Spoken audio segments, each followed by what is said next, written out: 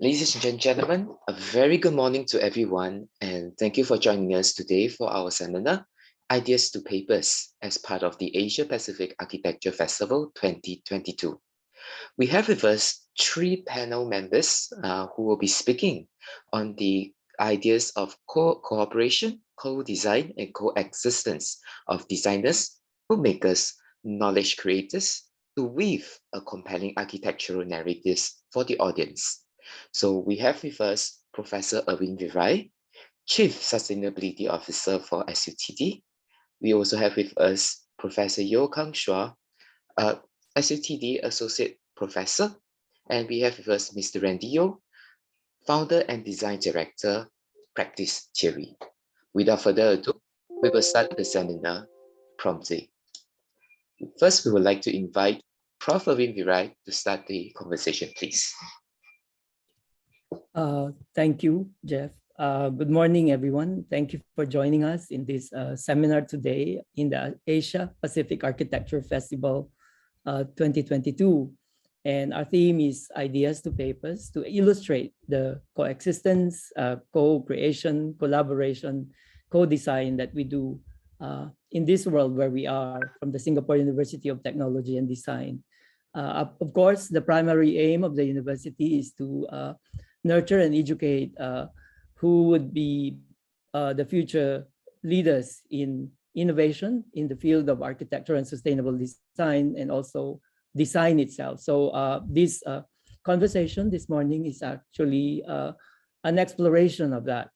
And also ideas into papers means that we have to somehow find a way to convey these ideas and then give them some form, and through these papers and publications that we do in the sustainable architecture, sustainable design pillar of the Singapore University of Technology and Design, we are able to explore and realize some of the things that we imagine and conceive. And so this morning, I think it is also important to say that why do we have to create these things in books, in papers, so that they are in physical form in this time of the metaverse and the digital realm. It is to provide, again, an opportunity to create toolbox and kit for the students, and then many people who are practitioners to look into somehow, so that they could use it as a reference in doing the things that they would have to do. So the book is seen as a toolkit and a toolbox. And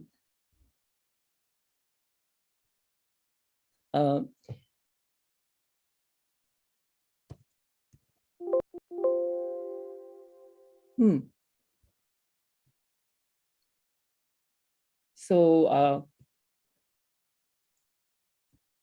I think that these are covers of the books that I have been involved in creating. So it is just to share with you some of them, and also maybe to emphasize the point of having the importance of the cover in a book to somehow create the whole atmosphere and a guiding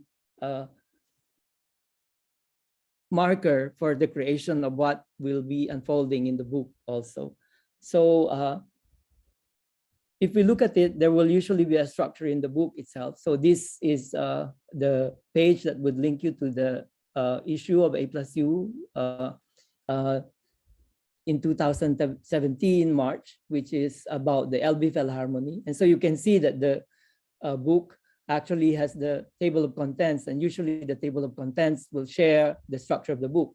And so for the cover, you will have a photo by Joel Tatemati, and then in the feature, you will have the photo essay by Joel Tatemati as the cover itself, but it's actually an essay, a photo essay of 10 pages that shows the relationship of the LB Philharmony to the context of Hamburg, and then also the way people will be using the spaces. And then there will be an essay by Herzog and Dumiron, Jacques and Pierre, to explain the context of what was created and how it was created and the relationship to the city of Hamburg. And then the architectural space concepts of the different spaces of the LB Philharmony. I think that when we talk about architecture, we would have the experiences we would have, and these experiences are actually housed and enveloped in the spaces that are created in the architecture. And then in order to create the spaces and the place, there are building components to actually make this possible. So again, these are shared in terms of the different parts of the architecture itself. And then creating architecture is not just something that is done in the remoteness of one's imagination, but actually it happens in the public realm, especially in public buildings where people would have a vested interest in the creation of such work. And so there will be public debate, and then there will be coverage in the media. And so there is a participation in that. And then the next part would be the drawings themselves. As we all know, in architecture, we would normally be conveying and creating our conversations through the conventions of drawing. So I think that we have the plans, sections, elevations, and then the axonometric, and then other things that we use to convey the ideas, and then help us to create what we have to create. There's an epilogue that I have written to actually explain the whole process. And again, emphasizing that this is also a toolkit, a toolbox for many of the readers, the students, and then the professionals to see how certain things are created.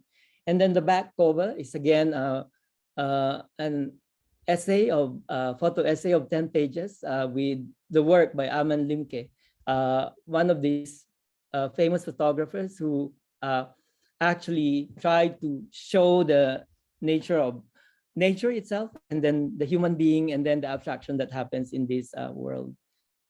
And so the cover, as I mentioned, is very important. So this is the cover by Joel Tatemati. It gives you a sort of an atmosphere of what it is to be in Hamburg on a wintry day.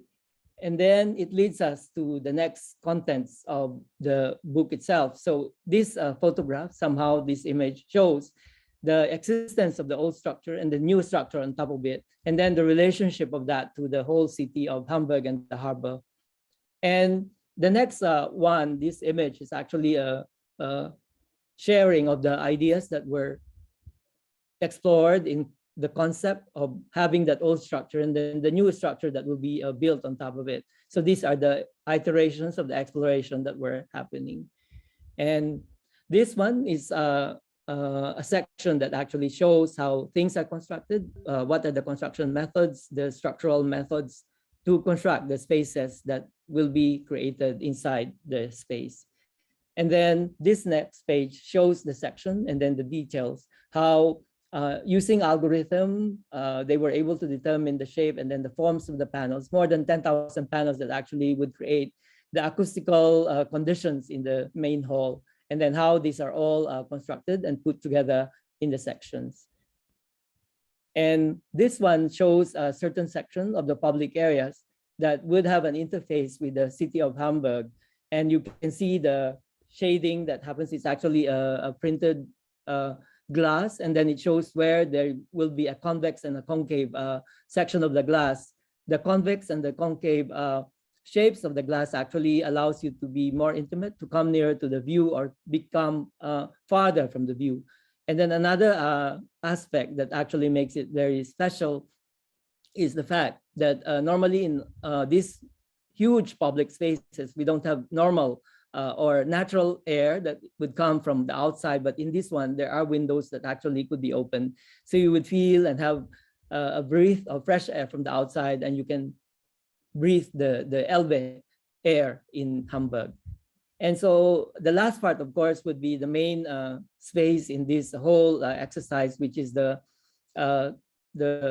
music hall that can play well for a recital by one person in a piano or an orchestra. And so the chandelier actually can be manipulated in a way higher or lower so that it would actually help amplify or diminish the sound to somehow be appropriate to the instruments and then the music that is being played. And so I think that that is where I end my sharing, and I think that I pass over the conversation to Dr. Kang Shua. Thank you. Thank you, Professor Viray, for giving us an overview of the ideas to paper using the example of A+U. I'm Kang Shua, Associate Professor at SUTD, and Specific to today's dialogue forum, we are talking specifically about the series of publications that the architecture and sustainable design pillar works on. Essentially, that's the Forming, Unforming series, or sometimes we flip the title around and to call it Forming, Unforming, Unforming, Forming, and Forming, Unforming, right? So it started, the first series started in 2017. I think this kind of architectural school publication is not unfamiliar to most architects, architecture students and designers. Architecture schools around the world will do this kind of annual series to showcase the products of the school. SUTD is actually Singapore University of Technology and Design, was established in 2009. In 2012, we enrolled or matriculated our first batch of students. So in 2017, that's when the first batch of architecture students graduated. And that's the reason why the first series of Forming, Unforming, it's published in 2017. And in subsequent years, in 2018, we have another volume and we have a hiatus of 1 year before we have in 2020. Before we go into the ideas of Forming, Unforming, I would like to do a very, very brief explanation on the architecture and sustainable design curriculum. The architecture and sustainable design in SUTD stress on 3 areas, right? Design, which underpins all architectural school, but we also focus very much on technology and the idea of sustainability through 4 areas, right? The interdisciplinary approach, a hands-on, and the very outward-looking holistic understanding of the world, and the whole issue of sustainability, which is embedded in the name of the pillar, architecture and sustainable design. And all of this is actually aided with technology, data-driven solutions. This is our kind of academic calendar, and you can see that the SUTD and ASD, we are in the trimester system, and in each term, the classes are actually divided into 4 what we call domains, right? We have the architecture studio, we have the science and technology, we have the computation, and then we have the history, theory, and culture. So with this a broad understanding of the curriculum and how the school work, it brings us back to the idea of publication, the very, very idea of this today's dialogue, right? From ideas to paper. So the whole concept of an architecture school publication is essentially to convey to the outside world and also to our internal stakeholders, the students and the rest of the faculties in the university, what is the department or the pillar is about. So in 2017, we have the first volume of Forming, Unforming, and the title is deliberate, right? How do we form? How do we educate students and form the ideas in the minds of students? And once you are educated, you have to unpack the knowledge to unform before you are able to create. So this is the whole idea, which is actually distilled into the title of Forming, Unforming. So this is on the left side, this is a cover page of the first iteration of Forming, Unforming. The cover shows a collage of colors that is a punch, right? The circular white, the organic shapes is actually punch hole. There's punch through the cover, and to create a certain kind of randomness, right? And the randomness of ideas coming together. And also the punch hole, which will in fact serves as bookmark for the rest of the book. Right, on the right, that is the first internal page of the Forming, Unforming cover. So as with all, most of the architectural schools annual series, you will have spreads inside spread showing the curriculum, showing a little bit of write-up of what the book is about, the publication is about, as well as the works of the students and the various kind of studios that interrogate certain ideas in architecture, right? Following the first volume of Forming, Unforming, we have the second volume published in the following year in 2018, which we swapped the title around. Instead of Forming, Unforming, it became Unforming and Forming. So it's not very clear to us here on the screen right now that how the cover work. The cover work, which is a typeface of green fonts, has the unforming word jumbled up and the forming being read very formally, right? And the cover is actually designed as an accordion and a very literal way of to form the cover and to unform the cover. And let me bring us at this juncture introduce our next speaker for now, Mr. Randy Yu of Practice Theory, and the collaboration with Practice Theory with the Department of the Pillar of Architecture and Sustainable Design goes back to this particular book, which I'm the author. So this is a Chinese book that I authored, and at the time, the Chinese publishing scene in Singapore is rather, in a way, most of the books are rather undesignerly, and we were trying to push the design ideas about Chinese publication in Singapore. So I got to know Randy Yu, the principal director of Practice Theory, and we collaborated on this particular book.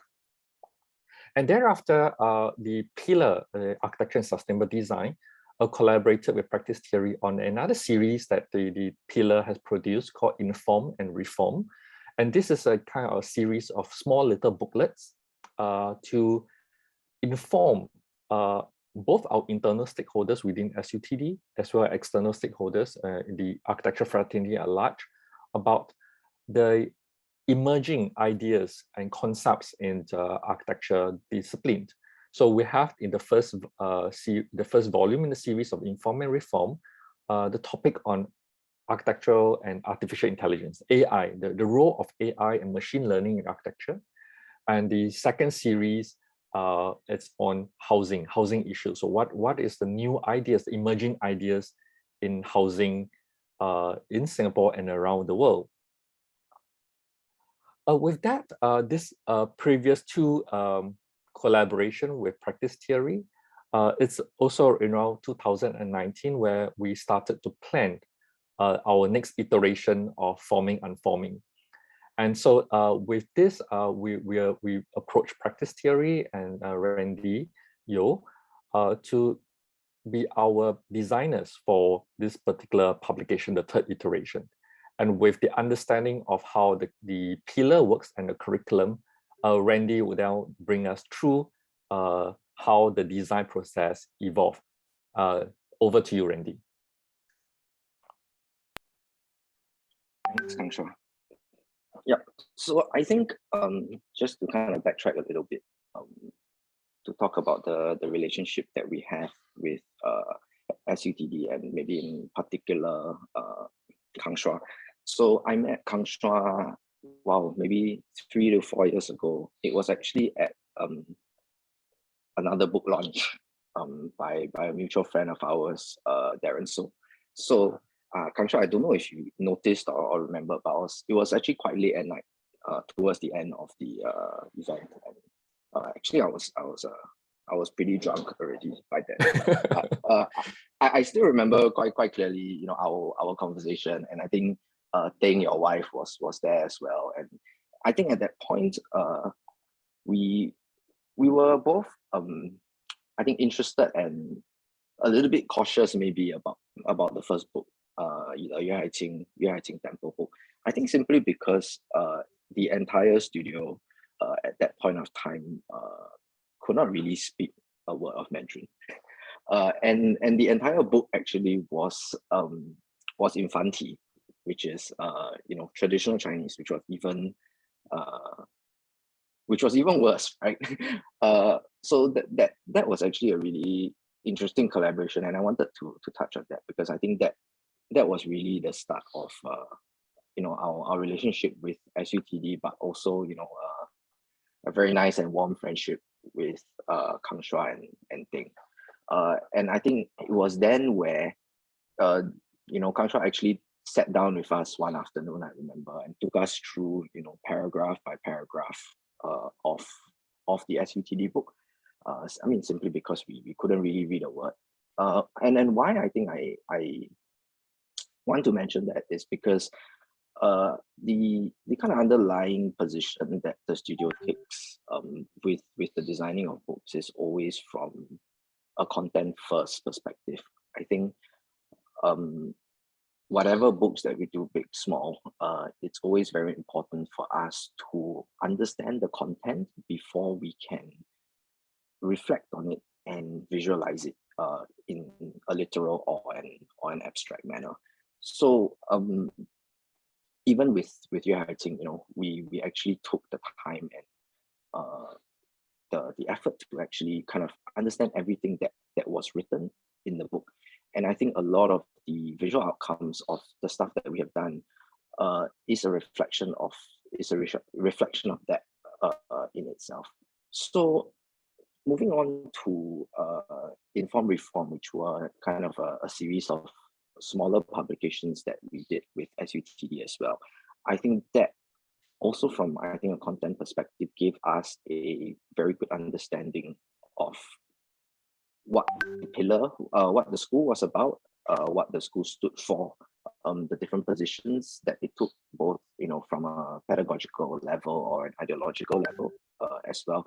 And I think that informed, no pun intended, the way that we approached the last publication, and also the way that we understood the content, I think, of the last publication.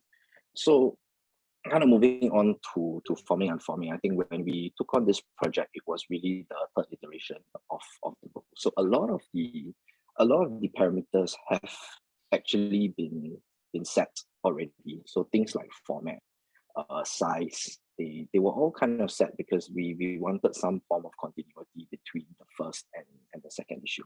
So from there, really, we were left with the cover design, and B, a little bit of a tweak to the layout. We decided to keep the typefaces that were used. We decided to keep the kind of very, very brief visual language that underlined the book.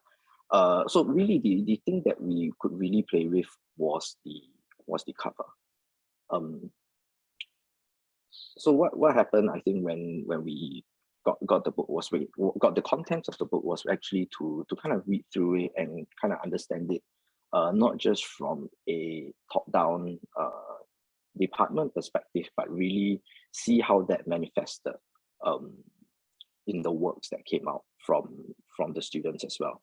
And I think something that stood out to me in that process of understanding the content was that there was really a very varied outcome, I think, in the different types of work. So it ranged everything from, AI and parametric design all the way down to, history theory and conservation.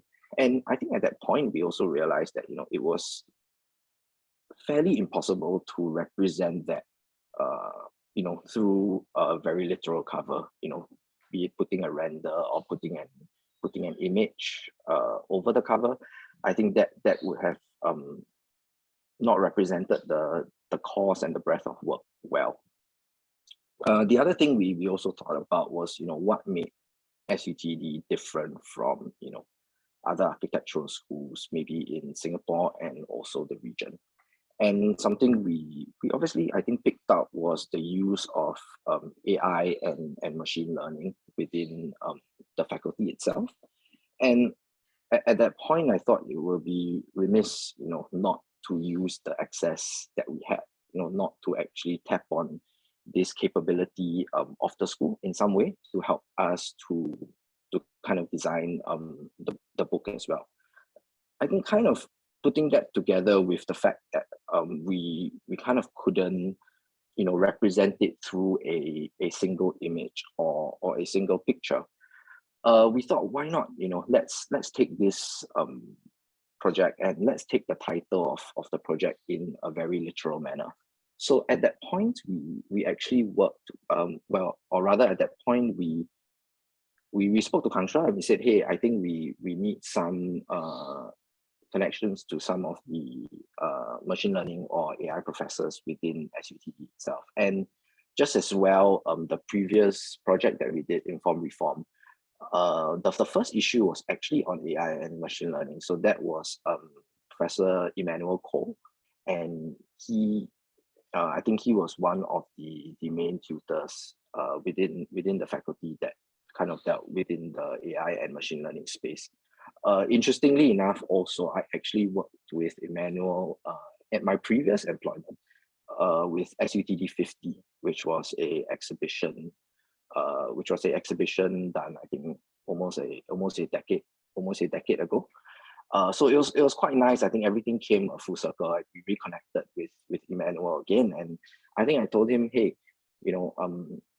at this stage, we would like to bring the machine in, the machine learning or the machine in to help with the design process. And what we did was actually we took the title quite literally in some senses, and we took all the output of the year itself, all the students' work. We took the images and we literally sliced the images up, and in some senses literally unformed it, and we fed it to the machine, right? And we, in a very simplistic way, we told the machine, hey, this is the content that is in the book itself. We're gonna feed you the content, so please understand it, and once you've understand it, please come up with a cover or come up with a visual based on your understanding. And the result are these 700 amazingly beautiful and very abstract kind of covers. And I thought it was kind of a wonderful way to tie man and machine together. So I'm just going to try and move the slide. Jeff, I don't, oh, sorry, there we go. Yeah, so the results was really kind of 700 of these covers that were kind of came out from the machine, and we did kind of a very slight curation towards the end as well. But I thought this was really quite amazing, because it actually brought the machine into the design process, and in that sense, it almost kind of questioned as well, as much as reflecting the breadth of work within the school in a very abstract manner. I think the fact that we let the machine design the cover, which most think that is the most important part of the book, it really, I think, questioned the role of both the designer and or the architect in the world today, where we bring in some senses non-sentient beings into the design process, and how that helps within decision making, how that helps with the design process in and of itself.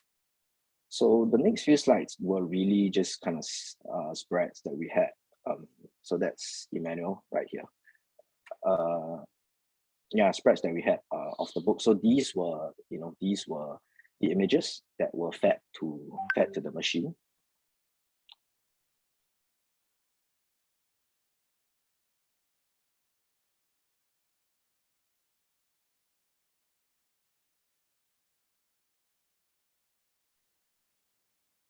And I think just before we go on to a Q&A session, we actually have a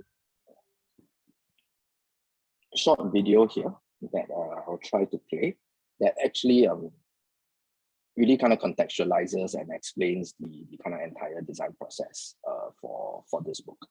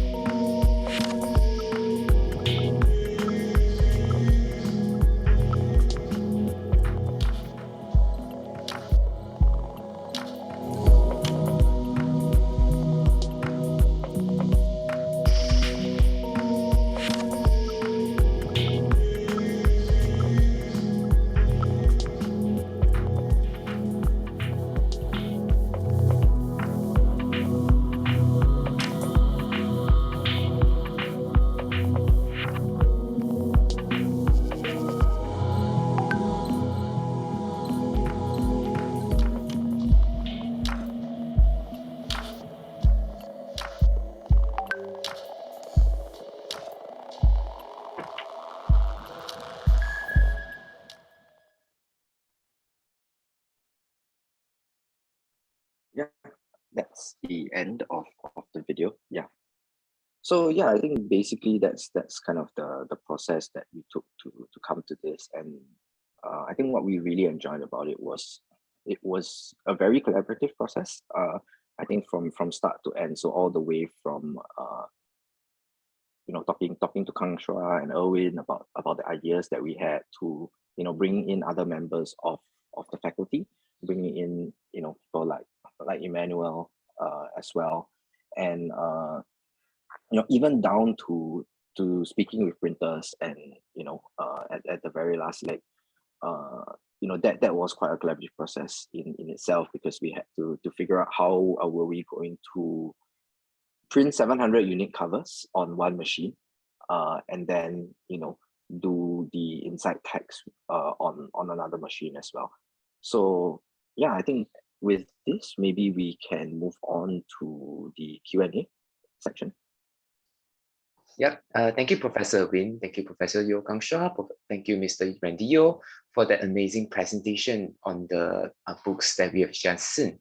I would like to apologize for the technical difficulties that we're facing earlier. So you have seen some captions that was just random there. So with that, perhaps let's move on to the Q&A session. Maybe we now invite Professor Win to kickstart the session, please. Thank you, Jeff. Thank you, Kang Shua. Thank you, Randy, for the sharing itself. It's fascinating to hear your views.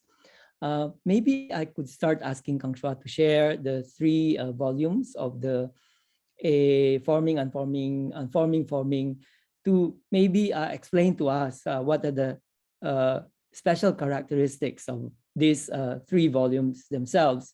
And then I think it will lead perhaps to the question of why did you choose practice theory, PT, and Randy and his team to actually work on this 3rd volume itself? All right, thank you, Professor Erwin. So maybe I just very briefly recap what I mentioned in my presentation. Maybe you can see this this cover. All right, this is the first iteration of the cover, and if I open the cover, you can see that it's actually with the punch hole. All right, a punch hole with it, right? So, and the punch hole, the cutout punch hole, is actually became sort of a bookmark for the book. So this is what I mentioned about the ideas, right? This is the first iteration where the designers thinks that the different colors may represent the diversity of architecture discipline, and the kind of punch hole will create some kind of random ideas, very random ideas that can form together in architecture design.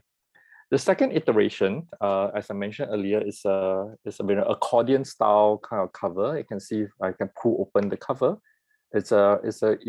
The cover is designed that is folded like accordion shape, so it literally to form and to unform in the cover.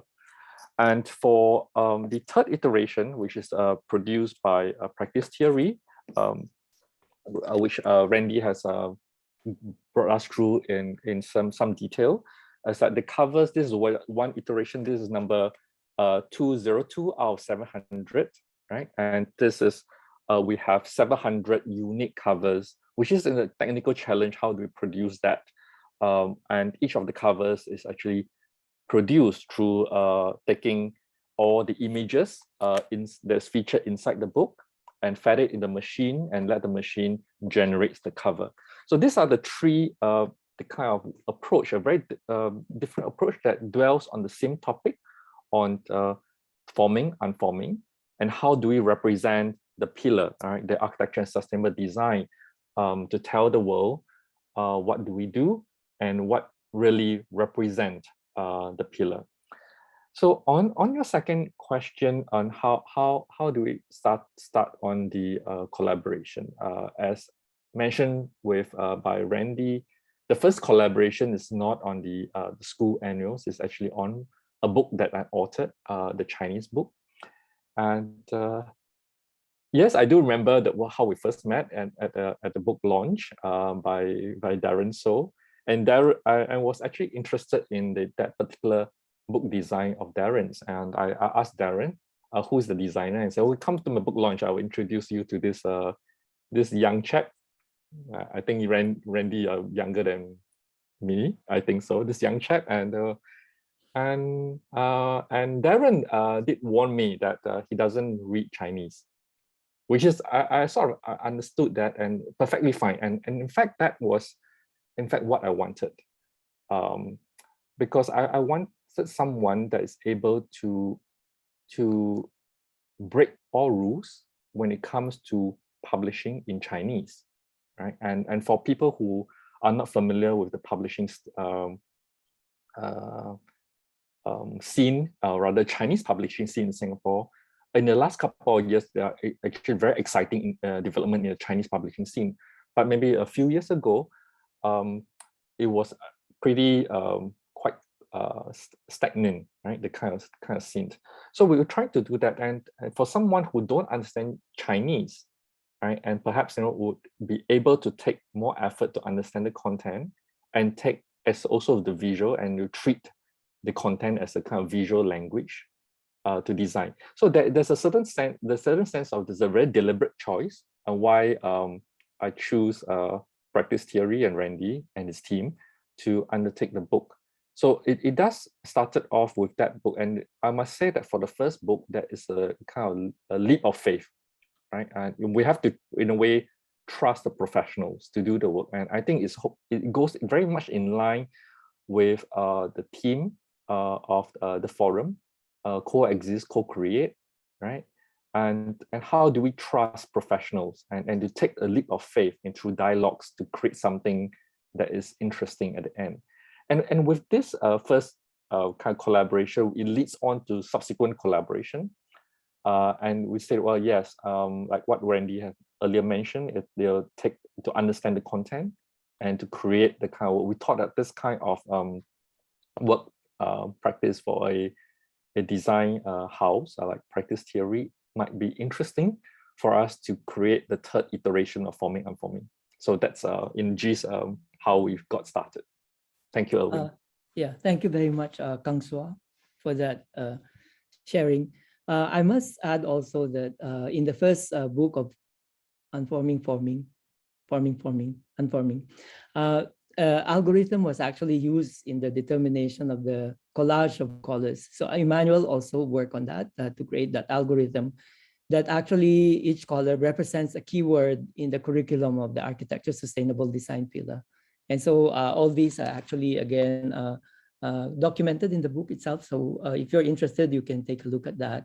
And then the second iteration, as Kang Shua has shown, would be more physical. And now the third book is with the AI itself, with Randy and practice theory. And so it seems like Randy has shared something that it was a wonderful working relationship with Kang Shua and then the architecture sustainable design pillar with Emmanuel. But I must also perhaps presume that there were challenges because of certain differences in how we do things and then maybe how we view things. And so I would like to ask maybe Randy to share some of this if possible. Thank you. Thanks, Erwin. Well, that's actually quite a difficult question because were there any challenges? Kang Shua, can you remember? Because I think maybe it was more, quite a few of the challenges were probably a little bit more logistical and administrative, right? So for example, how do we get all the content in, at a certain period of time? Because a lot of the content were provided by the individual tutors of the course. So I think that was quite a mammoth task, I think, in coordination. So maybe at this stage, I think there's credit to Julie and Kang Shua and everyone as well, because I think without that, we probably couldn't have embarked on this kind of process to get the covers out as well. I think also maybe the other challenge was, of course, another technical one in the actual production of the book itself. So like I mentioned earlier, they had to be printed on two separate machines. So because there were 700 unique covers, they had to be printed on a digital machine. So the issue was that we had to find a printer with this particular machine, and I think there are only like 4 or 5 in Singapore. So the difference, so the machine we used was a HP Indigo, and I think the key difference between that and a traditional digital printing machine is actually the physical quality of the printouts. So what happens is that with traditional, like, you know, Xerox machines that you see at you know, Sunshine Plaza, or even most commercial printers, there is actually it's actually toner based. So they actually use a layer of oil to kind of hold the toner together. So what happens is that it actually gives a slightly glossy, shiny, oily sheen, you know, on top of the printout, and you don't actually get the tactile quality of the paper itself, you know. Whereas the machine that we used, which was a HP Indigo, actually is, in my opinion, the only digital printer in the world that could actually go past, you know, mitigate this issue. So if you actually look at the physical copy of the book, there is actually a really nice kind of tactile matte finish across that. So there were not many printers in Singapore that actually had the machine. So I think that was quite a challenge in itself. The other second challenge was actually is a very strong ideological position. I think the studio takes that books that we design, one of the key criteria is that it needs to open flat. You know, I think having books that don't open flat really kind of restricts the reading process in itself. So that was actually the more challenging part, kind of working with the printer, because we were quite particular, I think, about how a book opens. And that's actually one of the biggest stumbling blocks we have generally producing books and working with printers. To enable a book to open flat, one of the most important things is the quality of the glue itself. So a lot of printers in Singapore actually use what they term hot melt. So what that means is the glue in kind of a normal state is actually solid, and when what they do is they actually melt it into a liquid state and then bind the book. But what happens is when after the book has been bound, it reverts back to a solid state, and that actually enables, or not enables, but that actually makes the book fairly hard to open, especially on a flat surface. So the solution to that was actually to use cold glue, and that in itself proved another challenge, because cold glue in Singapore is actually quite rare, because you actually need more space to store it, and I think not many people pay that kind of attention to the way a book binds or the way a book opens. But I think to us, you know, that was really quite a fundamental part of the reading experience. So we actually went through several rounds of prototyping with the printer. The first round they came back, you know, the spine was uneven, you know, and I think that part towards the end was maybe a logistical challenge in trying to also meet the production deadline, because we were quite fussy.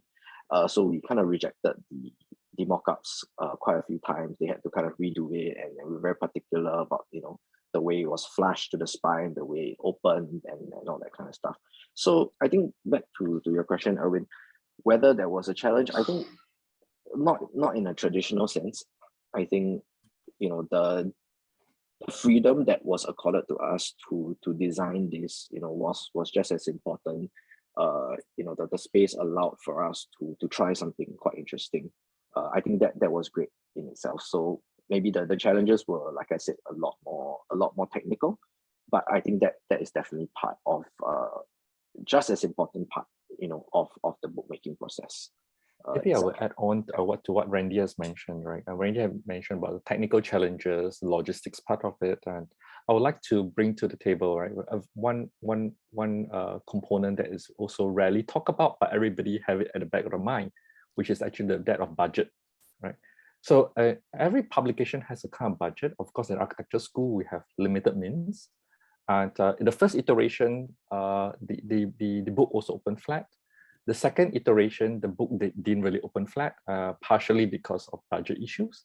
And for the third book that we are doing with Randy, there are several things that the pillar is actually very conscious about. As much as we want to push ideas, which is that we have to make sure that the budget allocated for the book works. And so the technical issues of opening flat does contribute to the budget or not, right? The question of having 700 unique cover is another budgetary challenge, right? And apart from this logistics and budget issues, I think one of the challenge, if I can mention, is that how do we get to the final cover design? I think design is always iterative, and we went through a process. And I think Randy, right from the start, want to represent through the cover in a kind of abstract way, the very different, diverse discipline, right?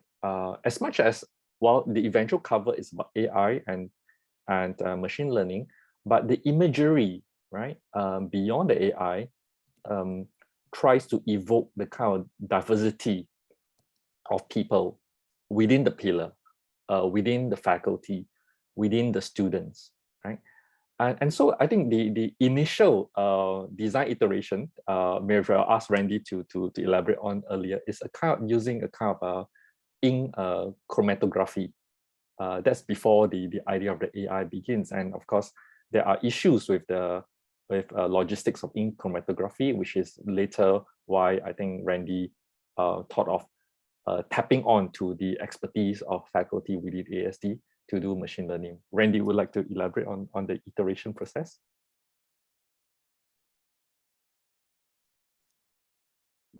Oops, sorry. Yeah, I think we, in some senses, because it was a school, we kind of took a little bit of the liberty to almost kind of treat it a bit like a school project in itself, which actually is great fun, right?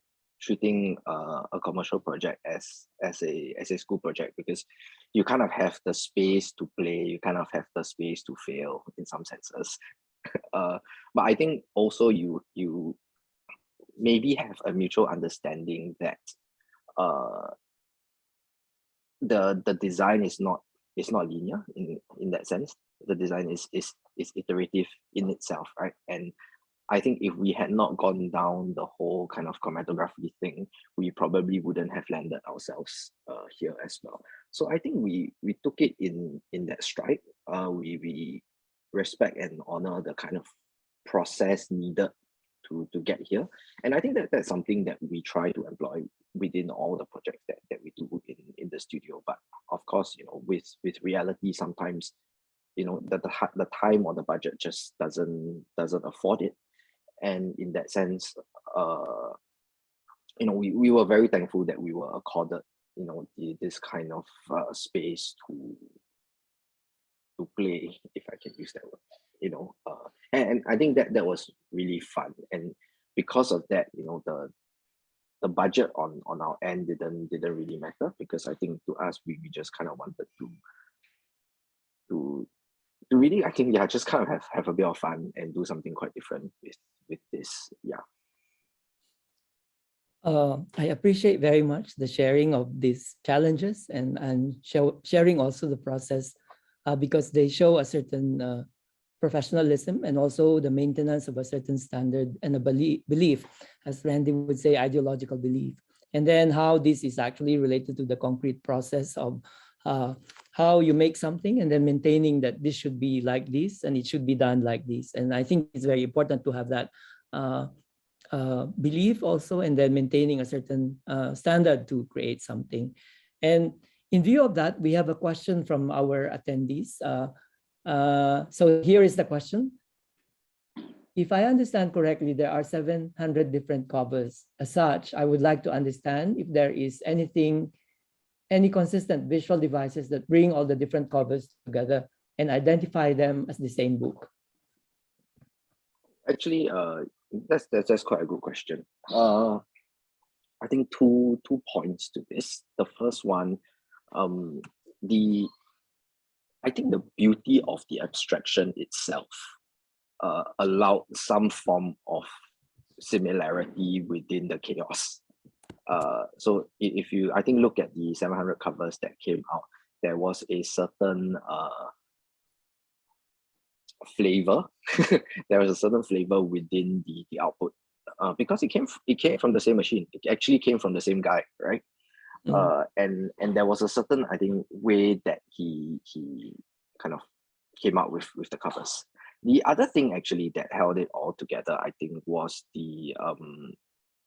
actually just the header, forming and forming, and the title, the name of the faculty as well. So that was kept consistent, I think, over 700 covers. The kind of lockup with the typography, I think, was kept consistent across 700 covers, and we actually employ a kind of foil stamping process to that as well, just to give it an added bit of tactility. So I think that was the one thing maybe that helped, all the 700 books together. Thank you for that. I think another term that actually would stay in mind, even when you were explaining the process itself, is the sense of tactility that actually comes from having the book and also holding the book itself. So in many ways, I think that we are in the world where we are, where there's a lot of the digital and the virtual realm that actually is somehow enveloping the lives that we live in. And so you have the metaverse and all these things. And so maybe the next question would be, how do you see the future of books themselves, or these ideas turning into papers? So maybe I would like to ask both Randy and Kang Shua about this. Kang Shua, you want to go first? I think that's a very interesting question to ask. I don't think that book will go out of the world. I think books will be with us. And I still recall, right, when this digital books first came out, invented, right? Everybody trying to read on the Kindle, on the iPads, right, with the digital devices.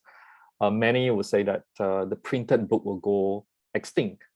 But today, after decades of Kindle, right, the physical book is still with us today, right? And I think it's, to a certain extent, there are challenges with physical books, but the physical books are here to stay. And I do think that with the rise of metaverse, it would not take over physical books, and perhaps even the design of physical books, perhaps, and with this increased competition from digital books, and maybe in the future, I don't know, the metaverse version of books will prompt the design of physical books to be more thoughtful and maybe thought intriguing, right? So I do firmly believe that the physical tactile touch of paper and to see something that is beautiful in front of you and hold it in your hands do have something very different experience from a digital and cyber world, right? So that's in a way my response to your question. Thank you. Yeah, I think I kind of echo what Kang Shua said, right? This whole kind of print is dead thing has been going around for a long time. Even when I was in school, like when I was in poly, people were saying, we're going on to websites, we're going on to Flash, we're going on to this, we're going on to that. I don't disagree in that way, right? I think that's just the reality of where the world is moving towards. We are increasingly more connected via devices, and that's just the way it is. But statistically as well, I think you will start to understand that there has been more independent publishers and printers and independent books being printed in the last 5 to 10 years, more than any time in maybe the last 20 years or so. What has maybe stopped is, I always like to say this, right? Gone are the days where you go to printers and they will print you like, 20,000 KFC vouchers that they will put within the Straits Times so you can get a, $2 discount off your zinger. So obviously those, and rightfully so, right? Those are gone. We can just do that on a mobile phone and on an app. But I think to echo what Kang Shua said, it is precisely because we are so we are within this digital ecosystem that I think as human beings, we have an innate craving for something tactile. So when we design books, I always like to say it's such a time consuming, it's such a low budget kind of process, right? And a lot of the times people design books simply because they love it. And you will start to see, I think, that books are still being printed, but I think they are manifested in a different way. I think there is increasingly an emphasis on the idea of the book itself. So the idea of why do we do books? There is a certain kind of gravitas, and I think there's a certain kind of permanence to a printed page. There's a certain, it's not like a website where I can just go and edit it, right? When you do a book, this is it. A book is here, and it manifests itself as a kind of physical object in itself. So I think personally, when we design books, I always feel that we do need to add a certain tactility to it. We need to look at it from the lens that it functions as a object in itself, and how does that format enable you to, talk about the content and talk about the ideas, within a printed page. And I think that takes on a very, very different perspective from, say, a website, or an IG feed and things like that. Yeah. So to kind of answer your question, I don't think books will die anytime soon. I think they like a lot of other things in this world just adapt and evolve, with the cultural contexts that kind of move us forward. Yeah. Thank you very much. I think that it's very good to hear that optimism that both Kang Shua and Randy have, and on the possibilities of the book itself, and then how we can actually process and convey information in the future. And maybe to somehow wrap up, maybe I would ask maybe Kang Shua and Randy, what sort of a ideal project or your project that you would like to do in the coming future, or the next project that you would do? Next book project, Yes. I take it as a next book project. I think I would still love to challenge the way we produce books in Singapore and in the region. And personally, I have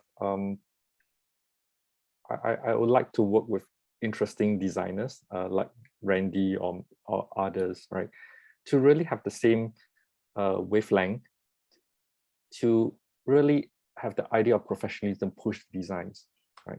So maybe apart from wrapping up, right, with just one little anecdote, right? And I did mention that, when we first choose Randy and his team to do the Chinese book, right, and it's the deliberate choice because they don't read Chinese, right? And it's another deliberate choice that I have thousands of photographs to curate for the book, and I refuse to do the curation myself. And it might come across to perhaps the book designer that, well, this author is being unreasonable, right? Refuse to do curation and force the designers to do it.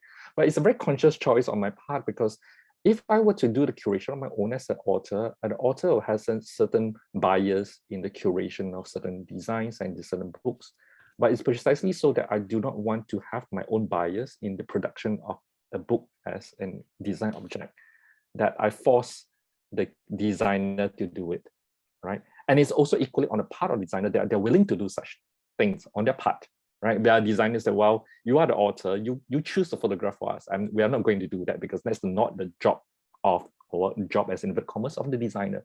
So I would like to say that in my next project, I would love to have continued same kind of working styles, which whoever is the designer is working together with me to co-create, like the whole team of today's webinars and short forum, right? To co-create a book, which is, of course, the content is the authors, but the book, right, as the design object, is a product of co-creation, right? Thank you very much. I'm actually quite glad you brought that up, Kang Shua, because I think I recall back to the time where we had that massive Dropbox folder of images, right? And I think we were actually very excited and very happy to be able to do that. So, with the kind of type of books that we have done so far, there were obviously some that, especially maybe photo books, for example, where the author or the artist was like, okay, this is the exact sequence, this is the exact crop, this is what I want. You guys just do the cover and all the auxiliary pages and stuff like that. Which I think is fine in and of itself. But for us, I think we really do enjoy that kind of process of working with the author to create this together, and in some senses allow us to have a bit of a voice within the book as well. So I'm not sure if you know, but with Darren's book as well, I think that was one of the first times where we had this opportunity, and he was just like, yeah, I have too many photos, you guys go do your thing. So that was very fun, because we actually did a first cut on our own, and then we kind of sat down with him and said, hey, this is our interpretation of the sequences of your images, and this is the thinking behind that edit process as well. And I think that became a really fun part of the process, and I think that kind of had carried on to the book that we did with you as well. And so maybe to answer Erwin's question, I think definitely we would like more opportunities to kind of work and maybe have some, be able to affect the kind of content a little bit more than what you say, right? The more traditional way of just kind of laying out a book as well. We will also kind of like to work with printers, I think, that share that kind of passion and drive to create books, and not just seeing it as just another job in job pile, because I think books are precious, right? Books are precious in that way, and I think we would love to kind of work with people who share that same outlook as well. I think that's about it. Can you share which printer did this book? Yeah, the printer is called KHL printing. So they, like I said, they're actually a huge printer, and they're just one of the few printers in Singapore that actually had the HP Indigo machine. Thank you very much, Kang Shua and Randy, for sharing. And I think I picked up a few keywords like the toolbox, design object, curation of the information, and then also the tactility that is important in all of this. And of course, it actually is a manifestation also of the possibility of how one can coexist, co-create, co-design, and then collaborate to actually have a joyful working with others. And I think that it will show in how the project will turn out as a beautiful design object for many people to actually enjoy. Of course, this is also possible. Maybe it's opportunity for me to thank many people, like, of course, Kang Shua and Randy for sharing this information to all of us and having this conversation, but also the environment at the SUTD, the Singapore University of Technology and Design, Architecture and Sustainable Pillar, where there is among the pillar colleagues and then other students, there is that drive and then the passion to actually explore what could be possible in making a sustainable and then the happier world. And so I think that is what we try to express in the Forming and Unforming. And I think that in this conversation, it actually also manifests itself in that joy and passion that one can feel from Kang Shua and Randy in making the book. So thank you very much for joining us. Thank you. Thank you. Yep, thank you, Professor Wing, Kang Shua, as well as Randy for speaking in today's seminar. Ladies and gentlemen, once again, a very big thank you for taking your time off to join us today. Please have a pleasant afternoon ahead. Thank you, and you can find out more about the video as well as the book on ASD as well as Practice Theory's website. So thank you, and see you again next year. Goodbye.